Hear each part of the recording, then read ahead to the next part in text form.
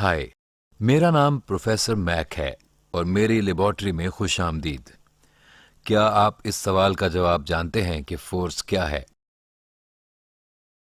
आप फोर्स के बारे में सोच सकते हैं, पुल या पुश के तौर पर। इसे इसकी स्ट्रेंथ से बयान किया जाता है और इसकी डायरेक्शन को फोर्सेस को बयान करने के लिए जाहिर किया जाता है। हम एरो को इस्तेमाल करते हैं, लेकिन फिजिकल वर्ल्ड में आप एक फोर्स नहीं देख सकते।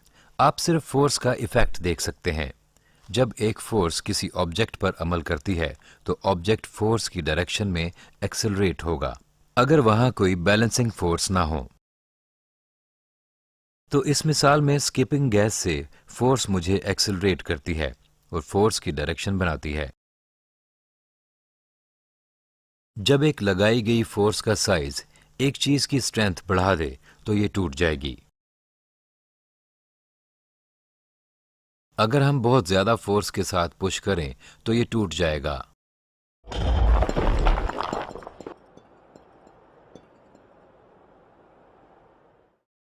जब फोर्स दीवार की स्ट्रेंथ को बढ़ा दे तो हम न्यूटन स्प्रिंग बैलेंस को इस्तेमाल करते हुए एक फोर्स की स्ट्रेंथ की पैमाइश कर सकते हैं और हम न्यूटन को फोर्स की स्ट्रेंथ के यूनिट के तौर पर मेजर करते हैं। एक न्यूटन का साइज देखने के लिए अपने हाथ में एक दरमियाने साइज का सेब पकड़ें और आप इसके वजन की वजह से तकरीबन 1 न्यूटन की फोर्स महसूस कर सकते हैं।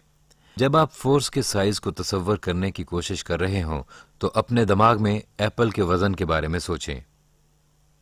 मिसाल के तौर पर मैं तकरीबन 700 न्यूटन वजन कर सकता हूं, लिहाजा आप 700 सेबों के वजन के बारे में सोच सकते हैं, जो कि बहुत ज्यादा सेब हैं।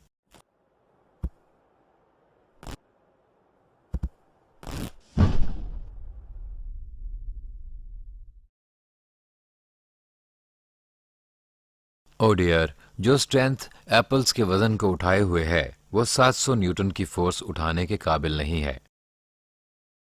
आपको इसकी वजाहत करने के लिए इस काबिल होना चाहिए। इस फोर्स के नतीजे में इसके नेट की स्ट्रेंथ ज्यादा होगी और एप्पल जमीन पर गिर रहे हैं।